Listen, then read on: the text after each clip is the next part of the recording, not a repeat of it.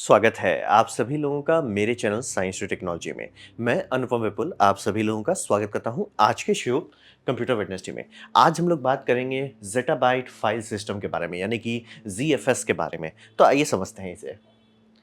तो सबसे पहले समझिए कि फाइल सिस्टम होता क्या है। तो फाइल सिस्टम एक चीज़ होता है जो आपका हार्ड ड्राइव और सॉफ्टवेयर और हार्ड ड्राइव की जगह एसएसडी लगे कुछ भी लगे मतलब बेसिकली जो डेटा स्टोरेज मीडियम है और ऑपरेटिंग सिस्टम है, इस दोनों के बीच की शादी कराने का काम करता है। यानी कि आपका एप्लीकेशन किससे फाइल मांगा है, जैसे आपका अडोबी प्रीमियर हो या डाविंची रिजॉल्व हो, ये सब फाइल मांगता है। फाइल देता कौन है? ऑपरेटिंग सिस्टम देता है। ऑपरेटिंग सिस्टम किससे मांगता है? वो मांगता है फाइल सिस्टम से। फाइल सिस्टम डील करता है आपका हार्डवेयर से।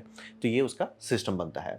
और ये समझिए कि हमें फाइल स्टोर करना है और सिर्फ स्टोर करने से काम नहीं बनेगा, हमें रिट्रीव भी करना होता है। यानी कि हमने ये फाइल यहाँ रखा है, ये आपको पता होना चाहिए, आपके पास तरीका होना चाहिए कि उस फाइल को रिकॉल कर सकें।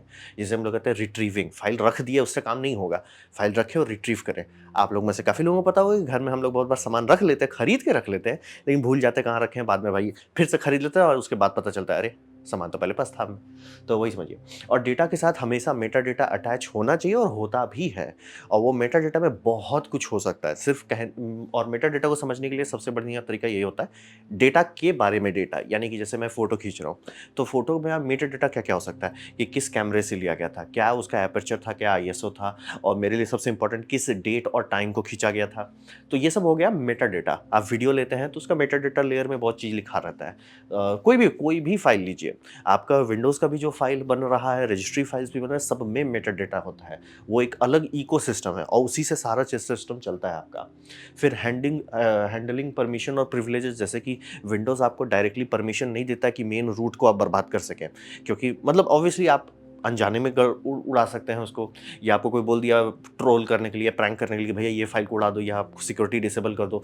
तो उस सब से बचाने के लिए बहुत सारे प्रिविलेज और परमिशंस होते हैं जिसको आप बस लॉल नहीं कर सकते। तो वो भी एक पूरा इकोसिस्टम था, ये फाइल सिस्टम ही मैनेज करता है कि फाइल सिस्टम के पास रिक्वेस्ट आ जाएगा, भैया ये रूट फाइल को हमको देना, तो फाइल सिस्टम बोलेगा ना जी ना, इस पे ठप्पा लगा हुआ, किसे नहीं छेड़ना है, आप इसको कॉपी कर लो कहीं और छेड़ो लेकिन मेन को हम नहीं छेड़ने देंगे।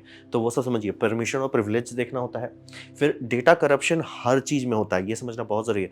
कंप्यूटर शुद्ध अनरिलायबल होता है, यानी कोई भी कंप्यूटर आज तक नहीं बना जो रिलायबल है। तो बोले भैया हम लोग कैसे यूज़ करते हैं, बात है उसमें सॉफ्टवेयर इंजीनियर से पूछे कैसे यूज़ करते हैं।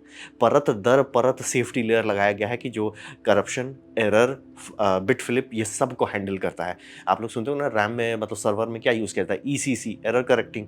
फिर आप कभी भी सिस्टम देखें, चाहे हार्ड ड्राइव हो, एसएसडी हो, रैम हो, ऑपरेटिंग से हर में एरर करेक्शन दिया गया है, क्योंकि एरर्स हमेशा होते रहते हैं। बस समझिए हम लोग का अच्छा इतना मेहनत किए हुए हैं कि वो क्रैश नहीं होने देते, और वो भी बीच में कभी-कभी फेल हो जाता है, बोलता है भाई अब नहीं हो पाएगा। तो वही समझिए कि ये सब रेगुलर चीज़ है, ऐसा नहीं है कि वो डेटा करप्शन कभी-कभी होता है, वो होते रहता है, आपका कंप्यूटर बस उसको साफ भी करता रहता है। मतलब एक और ऐसा समझिए जैसे हमारी बॉडी सही नहीं रहती है, इम्यून सिस्टम लड़ता रहता है 24/7/365 ताकि आप टिके रहो, वैसे ही यहाँ पे समझिए फाइल सिस्टम का भी काम होता है कि भैया फाइल में जितना करप्शन आ रहा है, फॉल्ट्स आ रहा है, सबको साफ करते रहो। और इसको एफिशिएंट भी होना है, ये समझना बहुत ज़रूरी है। बहुत सारा चीज़ आप एकदम एब्सोल्यूट कर सकते हो, हम बोल रहे हैं फाइल सही है तो मतलब फाइल सही है, आप उसे चेक कर सकते हो। लेकिन अगर हर बार आप फाइल चेक करने लगे, हर बार ऑपरेटिंग सिस्टम का रिक्वेस्ट में, आपका कंप्यूटर स्लो हो जाएगा। तो ये समझने वाली बात है, ये सब एफिशिएंटली करना है, ऐसा नहीं कि बस हाँ भाई आपका कंप्यूटर का आइडियल यूजेस 100% सीपीयू है, क्यों भाई, फाइल सिस्टम बस हर चीज़ को चेक कर रहा है। तो ये सब को बैलेंस करना होता है, ऐसा नहीं है कि किसी इंजीनियर को नहीं पता कि कैसे बना सकते हैं ऐसा सिस्टम जो एकदम बम बम रहे। लेकिन होता है फिर भाई आपका कंप्यूटर में और काम करने के लिए जगह ही नहीं बच रहा है, क्योंकि आपका सारा सीपीयू साइकिल सिर्फ फाइल इंटीग्रिटी में चला जा रहा है। तो ये सारे तिगड़म वाला चीज़ होता है। आपका हार्ड ड्राइव हो जाए, पार्टीशन हो जाए, फाइल सिस्टम हो जाए, डायरेक्टरीज़ हो जाए, फाइल्स हो जाए, आप सिर्फ फाइल और डायरेक्टरी देखते हो, लेकिन मतलब बैकग्राउंड में ये सब चलता रहता है। तो अब बात करते हैं समस्या क्या है। समस्या ये है कि बहुत सारा फाइल सिस्टम जो हम लोग इस्तेमाल करते हैं अलग-अलग चीज़ों में, उसमें बहुत सारा लिमिट्स है। जैसे कि एक पुराना लिमिट जो 90% आप लोग एक्सपीरियंस किए होंगे, फैट फाइल सिस्टम का, फाइल एलोकेशन टेबल जिसे कहते हैं। वो 2 टेराबाइट से बड़ा हार्ड ड्राइव को नहीं कर सकता। तो क्या होगा अगर आप 4 टेराबाइट को लगाना चाहते हैं? लगा सकते हैं, आपको पार्टीशन करना होगा। मतलब एक पार्टीशन में 2 ही टेराबाइट तक जा सकता है। और सिंगल फाइल 4 जीबी से ऊपर नहीं जा सकता। ये बहुत सारे लोग जब पेन ड्राइव खरीदते थे शुरू-शुरू में, पेन ड्राइव जब बड़े आने लगे और उसमें आप ट्राई करो फाइल डालने का, अरे फाइल जाता ही नहीं 4 गीगाबाइट से पहले। तो बात वही था कि उसका लिमिटेशन है कि भैया हम इससे बड़ा डायरेक्ट मतलब एक पार्टीशन नहीं हैंडल कर सकते और इससे बड़ा फाइल नहीं कर सकते। ये तो अभी भी रेड इस्तेमाल करता है। आप रेड का जो मैक देखते होंगे उससे अगर कोई वीडियो फाइल निकालेंगे, वो कभी भी एक लंबा वीडियो फाइल नहीं होता, क्योंकि वो लोग फैट यूज़ कर रहे हैं। तो बोलेंगे फैट अभी भी क्यों यूज़ होता है। बात है यूज़ अभी भी नहीं होता है, लेकिन कई बार अगर आप कुछ ऐसा बनाना चाहते हैं जो गारंटीड है कि हर चीज़ पे चलेगा, तो फैट आप सबसे ज़्यादा भरोसेमंद है। यानी सबसे पुराना फाइल सिस्टम है, चाहे वो मैक में हो, चाहे वो लिनक्स में हो, चाहे वो विंडोज़ में हो, हर में चलेगा बिना डाउट के। इसीलिए फैट को यूज़ करते हैं। तो फैट का एक बड़ा भाई भी है, एक्स फैट जिसे कहते हैं, जो कि 4 गीगाबाइट से बड़ा फाइल हैंडल कर सकता है, जो कि आजकल नए सिस्टम में आपको मिलेगा। लेकिन बात वही समझिए कि ये तो मैंने एक एग्ज़ाम्पल दिया, ऐसा हर चीज़ में एनटीएफएस में भी बहुत सारा दिक्कत है, न्यू फाइल ट्रांसफर सिस्टम जो है। फिर आप बोलोगे रेड कर देते हैं, तो बात है रेड आजकल कोई नहीं करता। रेड अब ऑलमोस्ट खत्म हो गया। रेड कार्ड जो है मिलना बंद हो गया। अब आपको सिर्फ ईवे उवे पे मिलेगा। नई ब्रांडेड कंपनी बहुत कम केसेस में रेड बनाती है। रेड मतलब इंटरप्राइज अब उससे हाथ धो लिया, भैया रेड को नहीं छूना है। आइडिया बहुत अच्छा था रेड का, लेकिन एक होता है ना कि आइडिया और इम्प्लीमेंटेशन और प्लस टेक्नोलॉजिकल डेवलपमेंट, इसको अब ऑब्सोलीट कर दिया है और ये अच्छा टेक्नोलॉजी नहीं है आम पब्लिक के लिए। बोलेंगे ऐसा क्यों? वो बात आप आगे एक्सप्लेन करेंगे। समझिए ये समझिए रेड कार्ड्स जो होते हैं, उसमें बिट रॉट को हैंडल करने का कोई व्यवस्था नहीं है। रेड कार्ड एक चीज़ के लिए बहुत बढ़िया है। आपने हार्ड ड्राइव लगाया हुआ है, आपका एक हार्ड ड्राइव उड़ गया, तुरंत ये रेड कार्ड बोलेगा हम समझ गए हैं क्या हुआ है। वो आप बोलेगा आपको हार्ड ड्राइव निकालिए, नया हार्ड ड्राइव लगाइए, हम रीबिल्ड कर देंगे, बम बम। इससे बढ़िया कुछ नहीं है। प्रॉब्लम ये है कि वो एक प्रॉब्लम हुआ, रेड को और सारे प्रॉब्लम्स भी झेलना पड़ता है, जिस मामले में ये सबसे खराब होता है। सबसे बड़ा खतरनाक problem bit rot. Bit rot हर चीज़ के साथ होगा ही, आज नहीं तो कल होगा ही। तो बिट रॉट जो होता है कि मतलब बाइट रखे रखे खराब हो जाता है। वो बोले खराब कैसे होता है? मैग्नेटिक फील्ड, धरती में क्या है? मैग्नेटिक फील्ड है। दो मैग्नेटिक फील्ड में लड़ाई हो रहा है, एक ना एक तो फ्लिप कर ही जाएगा ना, धरती का तो मैग्नेट खत्म होने वाला नहीं है, तो वो फ्लिप कर जाता है। तो उसे हम लोग बिट रॉट कहते हैं। और वो अच्छा अच्छा वीडियो फाइल को सुहा कर सकता है। और वीडियो फाइल इसलिए करके बड़ा होता है, जनरली अगर आपका रजिस्ट्री में बिट फ्लिप हो गया, पूरा कंप्यूटर उड़ सकता है। तो समझना बहुत ज़रूरी था। अब रहा बात कि बिट रॉट को ये चेक ही नहीं कर सकता, इसमें कोई चेकिंग का लॉजिक डाला ही नहीं गया था। और इसका जो इंटरप्राइज वर्जन है, जो आम पब्लिक नहीं खरीद सकती, मतलब बहुत लकी हो, सेकंड हैंड खरीद रहे हो तो भले है।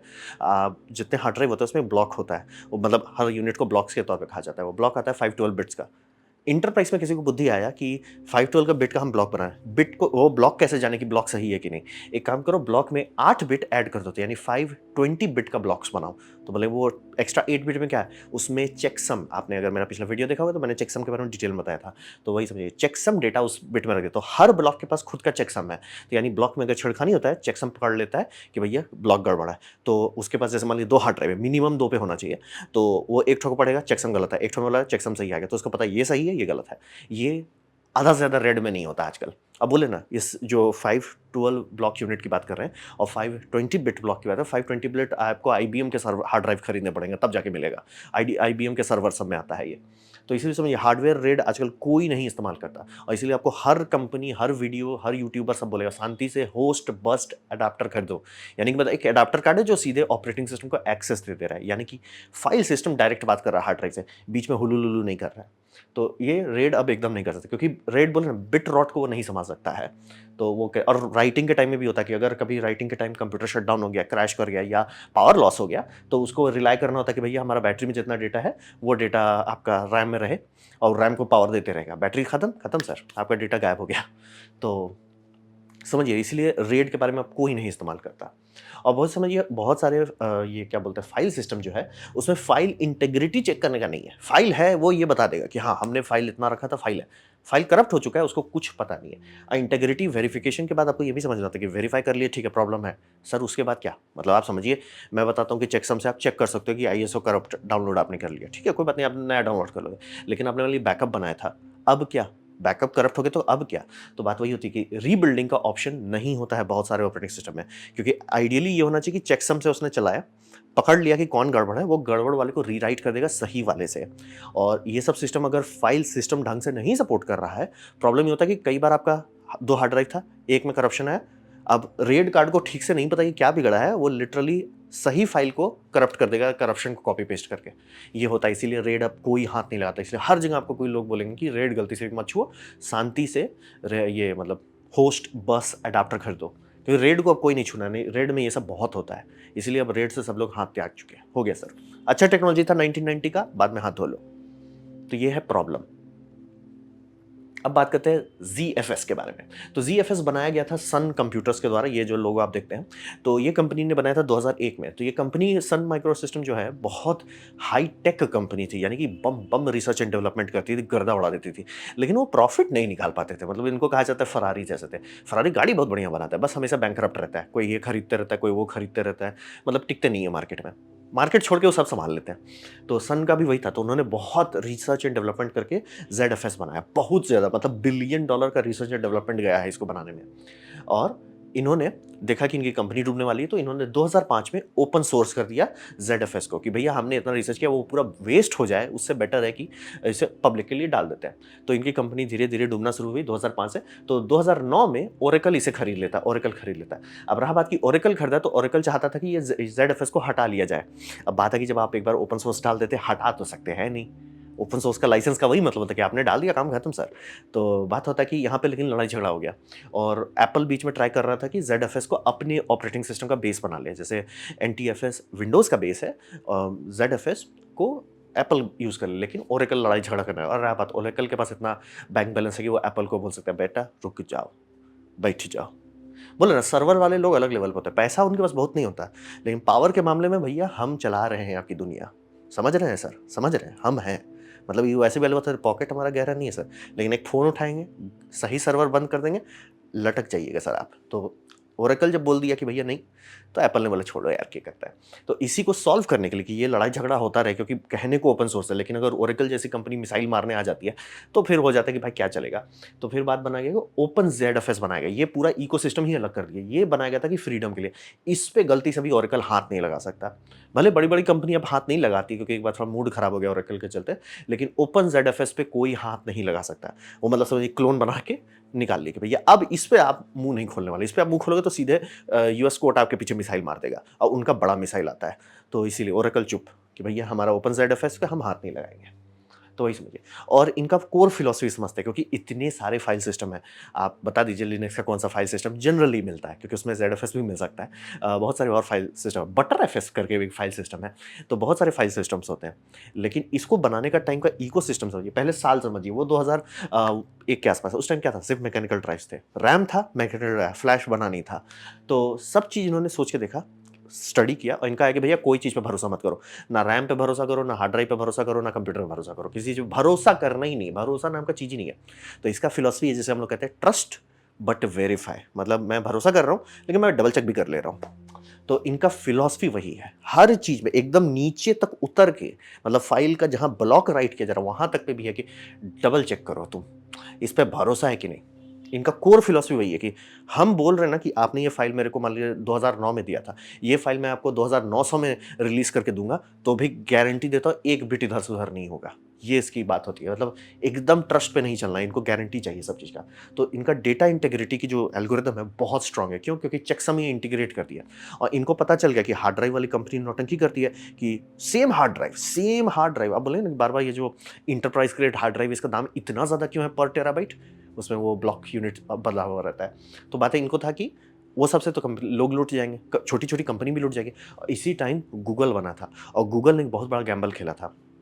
बात है कि कंपनी बहुत सारी आई थी, चाहे याहू ही हो, चाहे कुछ भी और हो, उन सब का हमेशा ये होता था कि एकदम best of the best hardware लो, एकदम top grade server grade hardware लो, उसे लगाओ, उससे सर्वर चलाओ। गूगल का था सबसे सस्ता, मतलब मार्केट में मिल रहा है बस खरीद लो, आउटडेटेड है, सेकंड हैंड है, खरीद लो, उसको लगाओ, उससे सिर्फ सॉफ्टवेयर पे चलाओ। उनका पूरा लॉजिक हार्डवेयर हटा के सॉफ्टवेयर पे चलना था। और सन ने यही देख लिया कि भैया यही है भविष्य का रास्ता। जैसे मैंने होता है कि पहले हम लोग क्या करते थे, हार्डवेयर रेट पे चलते थे, अब क्या है, हटाओ उसको, सब सॉफ्टवेयर में करो।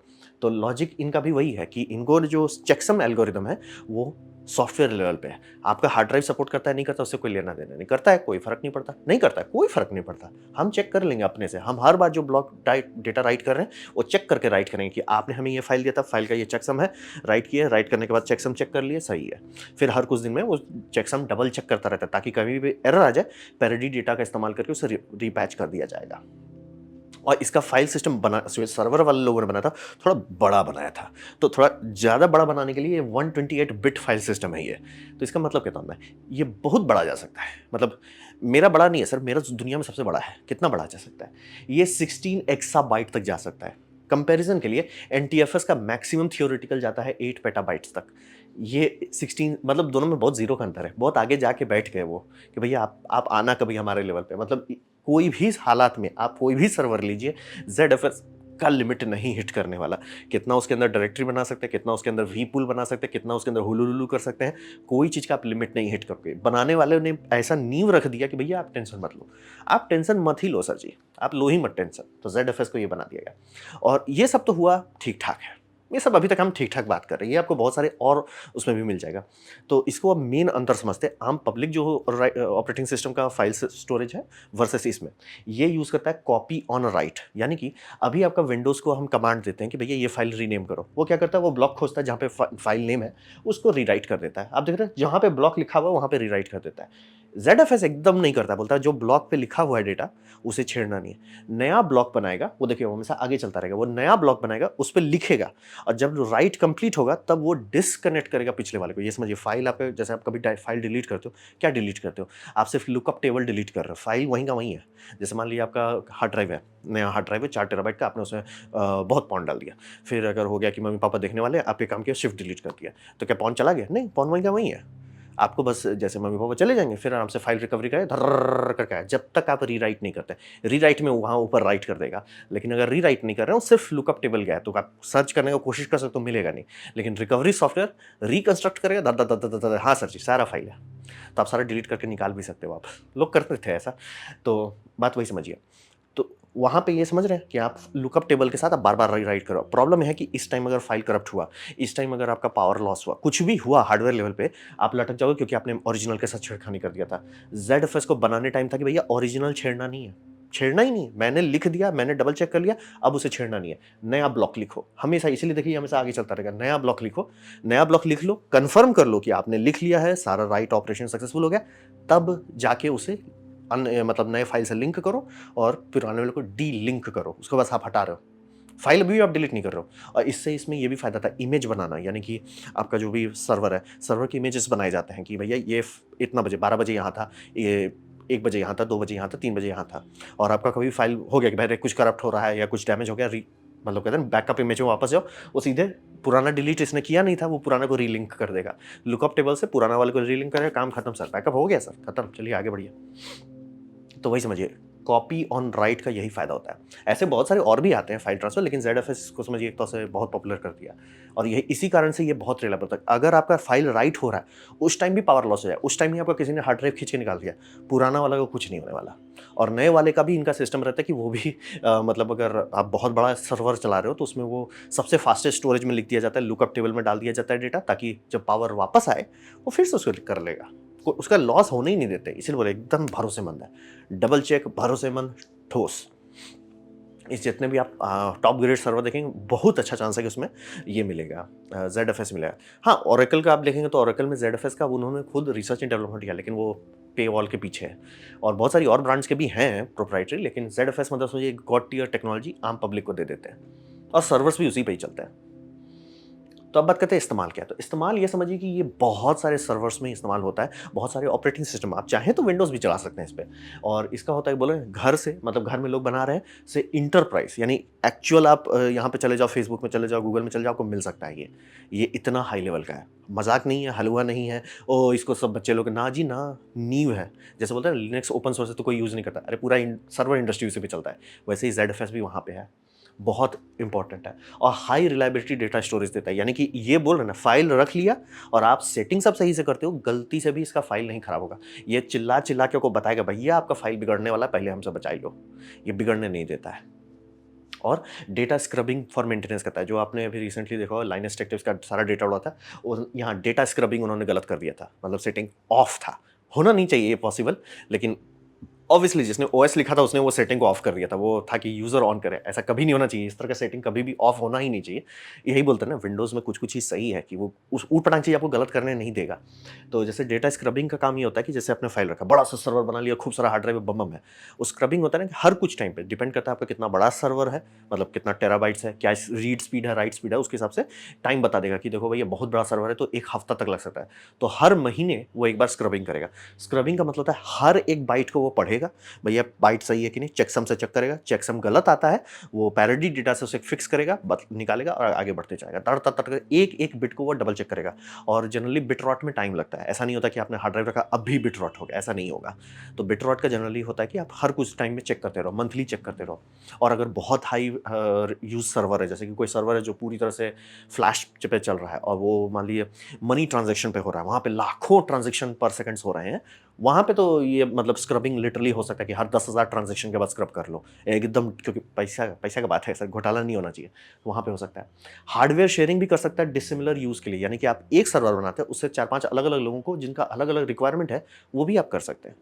बोले इसमें लिमिट नहीं है सर, इससे आप वीडेप बनाओ, वीडेप से जी पूल बनाओ, जी पूल से आपको जो करना है करो। और आप इसके अंदर के सब डिवाइड कर सकते हो, कितना हार्ड ड्राइव लगाना लगाते जाइए, कोई टेंशन नहीं है, कोई टेंशन ही नहीं है सर। लोड ही एकदम आपको लोड नहीं लेना है। बोले बहुत सारा स्केलेबिलिटी है, डेटा इंटीग्रिटी है, एडवांस सिक्योरिटी है, एंटरप्राइज ग्रेड है, ब्लॉक लेवल प्रोटेक्शन है, रेप्लिकेशन है, अनलिमिटेड स्नैपशॉट। स्नैपशॉट वही बोला था कि जो बैकअप बनाते हैं ना, उसके पास पूरा ट्री रहता है, क्योंकि वो पिछला फाइल डिलीट नहीं कर रहा है, सिर्फ ट्री में बदलते जा रहा है, तो वो टक टक टक टक करके बताता रहा है, कुछ भी गड़बड़ा कंट्रोल जेड, काम खत्म सर, हो गया सर, फाइल रिकवर हो गया, खत्म, टेंशन ही नहीं रहता। और मैं जब गेमिंग स्टूडियो में काम करता था तो हम लोग इस तरह का यूज़ के लिए ये इस्तेमाल करते थे, SVN रेप्लिकेशन सर्वर, मतलब ऐसे ही करके बहुत सारे और भी आते हैं। तो उस समय हम लोग रहते थे, किसी ने गलत फाइल अपलोड कर दिया तो हम लोग सबको वार्निंग देते थे, ए भैया कोई अपलोड मत करो कुछ देर तक के लिए, हम लोग उसको ये कर रहे हैं, पिछला इमेज पे जा रहे हैं। तो ये सब भी उसमें ऑप्शन आ जाता है। बहुत पावरफुल चीज़ है, मतलब बम बम पावरफुल चीज़ है।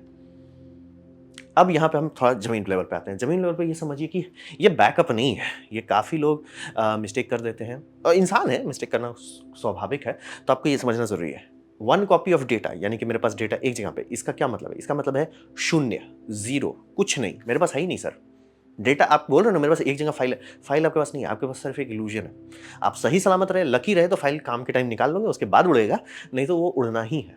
2 का मतलब होता है ठीक है, ठीक है, 2 का ये मतलब है ठीक है, काफ़ी नहीं है। लेकिन अगर आपको सही में डेटा चाहिए, जैसे कोई, मैं अपने फ़ोटोज़ पे बहुत सीरियस हूँ कि उसको जेनुइनली मैं चाहता हूँ कि बचा रहे ज़िंदगी भर, तो उसके लिए मुझे 3-2-1 करना होगा। 3-2-1 में क्या होता है, 3 कॉपी होने चाहिए फाइल्स के, 2 मीडियम में होना चाहिए, यानी कि जैसे मेरा अगर हार्ड ड्राइव्स में है तो सारे के सारे हार्ड ड्राइव में नहीं होने चाहिए, मेरा जैसे बहुत सारा ब्लू-रे में मैं रख देता हूँ, और एक ऑफ साइट होना चाहिए। वो उसका मेरा टारगेट ये है कि जब मैं सब चीज़ ढंग से कर लूँगा, ब्लू-रे भैया के पास भेज दूँगा, तो फिजिकली इस घर में नहीं रहेगा, तो वो नहीं होना चाहिए। और सारे आप कॉर्पोरेट लेवल पे देखिए, कॉर्पोरेट लेवल में क्या करते हैं, उनका एक मेन सर्वर होता है, जैसे कि अगर हम लोग स्टूडियो, गेम स्टूडियो की बात करें तो वहाँ पे एक मेन स्टूडियो है जिस पे सब लोग अपलोड कर रहे हैं, हर दिन रात को उसका बैकअप बनाया जाएगा। अब डिपेंड करता है कितने लोग हैं, जैसे मान लीजिए 100 लोग हैं तो रात रात में बैकअप बनेगा, 500 लोग हैं तो हर कुछ घंटे में बनेगा, क्योंकि ऑब्वियसली 500 लोग काम कर रहे हैं, बहुत काम हो जाता है, तो इसीलिए बैकअप भी उसका फटाफट बनते रहना चाहिए। तो बैकअप सर्वर होता है एक, और फिर एक ऑफ साइट LTO टेप बनाया जाता है, जो हमें को बार बार बताते हैं ना, LTO टेप से बैकअप रखते हो, क्योंकि वो ऑफलाइन रहता है। एक बार निकाल दिया, अब आप पे ये अटैक भी हो जाए, क्या बोलते हैं, रैंसमवेयर भी अटैक हो जाए, वो LTO टेप को नहीं छू सकता। LTO टेप को आपको लिटरली फिजिकली निकाल के लगाना पड़ता है, तो उसके लिए वो आपको वो सेफ्टी दे देता है कि आपका बिल्डिंग में पानी, बाढ़ आ जाए, आग लग जाए, ये सब होता रहता है, तो आपका डेटा तब भी सुरक्षित है। तो वही समझिए। तो ZFS का क्या काम है? ZFS का काम एक बहुत अच्छा टूल है सर्वर को खुश रखने के लिए। आप सर्वर बनाते हो ना, सर्वर खुद ब खुद बूम नहीं रहा, जो कि मैं इसीलिए सर्वर नहीं किया। मैंने बनाया था अपना पुराना सिस्टम लगा के, बहुत फजीयत हुआ, लेकिन फाइल बिटरॉट आ गया भाई, मेरा मेरा यूट्यूब का आर्काइव में बिटरॉट आ गया था। और वही, यही सब चीज़ सीखने का होता है, समझने का होता है। अब मुझे नहीं पता कि मैंने बिटरॉट वाला डेटा डाला था कि बिटरॉट हो गया। तो इसीलिए अगर मेरा स्टार्टिंग से मैं जब फाइल डाल रहा हूँ, जब एकदम फ्रेश फाइल है, पता है कि वो सही है, उस टाइम से अगर मैं फाइल डालते टाइम चेकसम का लॉजिक लगा लेता, या उस टाइम से ZFS में स्टोर करता, तो पता रहता कि हाँ भाई फाइल है, फाइल भरोसेमंद है, टेंशन नहीं लेना है। तो वही समझिए। NSA को ये NSA बोल रहा हूँ, नेटवर्क अटैच स्टोरेज जो होता है, जो नया इस तरह का आप बनाते हैं, 45 ड्राइव जो इस तरह का बनाया जाता है, ये सब समझिए सिर्फ एक पॉइंट होता है। इसीलिए इसमें आपको बस इतना करना था कि हार्डवेयर नौटंकी करे तो मेरा चीज़ ना उड़ जाए, यूज़र गलती करे तो मेरा चीज़ ना उड़ जाए। ये समझिए, ये दूसरा इंपॉर्टेंट बात है। फाइल को सबसे बड़ा खतरा यूज़र से होता है, किसी और चीज़ से नहीं। सब हार्ड ड्राइव शायद टिक भी जाए, यूज़र नहीं टिक पाता है। तो ये समझना चाहिए, इसीलिए स्नैपशॉट्स का फंक्शन इतना इंपॉर्टेंट होता है सर्वर के लिए, कि भैया हमको पता है कोई ना कोई यूज़र गधापंती करेगा। मैं बोल रहा हूँ, मैं 2.5 ईयर लगभग काम किया था। मतलब मेरा 3 से 4 बार हो चुका था, किसी ने गलत प्रीवियस बिल्ड को अपलोड कर दिया, या गलत बिल्ड को अपलोड कर दिया, ला भैया हम सब लोग आधा दिन के लिए रुक गए, कि मतलब रुके नहीं, हम लोग को अब सब चीज़ लोकली स्टोर करना पड़ रहा था, क्योंकि वो सर्वर को ये कर रहे थे, मतलब पिछले बिल्ड में रोल बैक कर रहे थे। तो ये समझना बहुत ज़रूरी होता है। कि NAS के बारे में अगर आप सोच रहे हो तो उसके अंदर आप ZFS इस्तेमाल कर सकते हैं। वो आपको थोड़ा एक ज़्यादा चांसेस देता है कि आपका उप्स से डेटा ना गायब हो जाए। अरे एक हार्ड ड्राइव स्वाहा हो गया, बिटरॉट हो गया, नहीं जी कोई टेंशन नहीं, उस चांसेस वो रहता है। और ये समझिए आपने डेटा के लिए आप जिम्मेदार हैं। मैं कहता हूँ फोटो फोटो फोटो तो मैं जिम्मेदार हूँ उसके लिए, गूगल नहीं जिम्मेदार है, वेस्टर्न डिजिटल नहीं जिम्मेदार है, सेंडिस्क की जिम्मेदार नहीं है। भले वो लोग कह दें कि आप हमारा ये ले लीजिए वो ले लीजिए, झिंगा लाला हर सही दे गए, कोई जिम्मेदार नहीं है। एंड में कोई जिम्मेदारी नहीं लेगा। तो ये समझना बहुत जरूरी है कि आपका डेटा के लिए आप जिम्मेदार हैं। और कोशिश करें कि ऐसा काम ना करें जिससे कल वाला आपको गाली दे। तो ये समझने वाली बात है। मैं ऐसा काम आज नहीं करना चाहूंगा कि कल का अनुपम विपुल मुझे गाली दे कि भैया ये तूने क्या कर दिया। अभी देता हूँ क्योंकि मैंने बहुत सारे फोटोज़ में मैंने लिटरली मुझे इतना टाइम लगा कि भैया डेट फोटो के नाम में होना चाहिए, ना कि मेटा डेटा में। मेटा डेटा बार बार करप्ट होता है। तो अब सीख गए। तो कहते हैं ना चाइनीज प्रॉवर्ब है ना कि best time to plant a tree is 30 years ago, the next best time is now. तो मैं नेक्स्ट बेस्ट टाइम का फायदा उठा रहा हूँ, अब कोशिश कर रहा हूँ आने वाले टाइम में मुझे गलती ना करना पड़े। तो वही समझिए डेटा के लिए आप जिम्मेदार हैं। 3-2-1 अभी भी करना होगा। ZFS लगा के आपने एक सर्वर बना लिया तो इसका मतलब नहीं होता कि आपका कभी कुछ नहीं होने वाला। रैंसमवेयर लगेगा वो साफ हो जाएगा, आग लगेगा साफ हो जाएगा, इलेक्ट्रिकल फॉल्ट आएगा जो कि गंदा गंदा मेरे एरिया में आता है। और बैंगलोर में था तो मेरा इलेक्ट्रिकल फॉल्ट से ये उड़ा था, क्या बोलते हैं, मदरबोर्ड उड़ा था और PSU उड़ा था, और सर्वर्स भी उड़ते रहते हैं। तो समझने वाली बात है। इसीलिए समझिए 3-2-1। और ये लोग जो इतना हाई एंड चलते हैं वो भी 3-2-1 पे चलते हैं। ज़रूरी है। इसीलिए ये मत सोच लिया कि मैंने ये कर लिया काम खत्म। 3-2-1 हमेशा फॉलो कीजिए तभी टिक पाएंगे। एटलीस्ट 2 कॉपी तो कीजिए, एटलीस्ट 2, कम ऑन 2 कॉपी। तो ये था मेरा प्रेजेंटेशन ZFS के बारे में। उम्मीद करता हूँ आपको अच्छा लगा, कुछ सीखने मिला, कुछ समझ में आया। अगर ऐसा है लाइक कर दे, दोस्तों शेयर कर दे, उससे मेरा काफ़ी भला होगा। नहीं अच्छा लगा, नहीं पसंद आया, कोई बात नहीं, आप डिसलाइक दबा सकते हैं। मैं कहूँगा डिसलाइक 2 बार दबाएं, उससे मुझे पता चलो कितना ना पसंद हुआ है। मैं आपसे कहूँगा कमेंट लिखे, मैं हर कमेंट को पढ़ने की कोशिश करता हूँ। आपसे कहूँगा सब्सक्राइब कीजिए, बेल दबाइए अगर आप फ्री हैं तो। आपने और वीडियो देखा, जानकर मुझे बहुत खुशी हुई। धन्यवाद।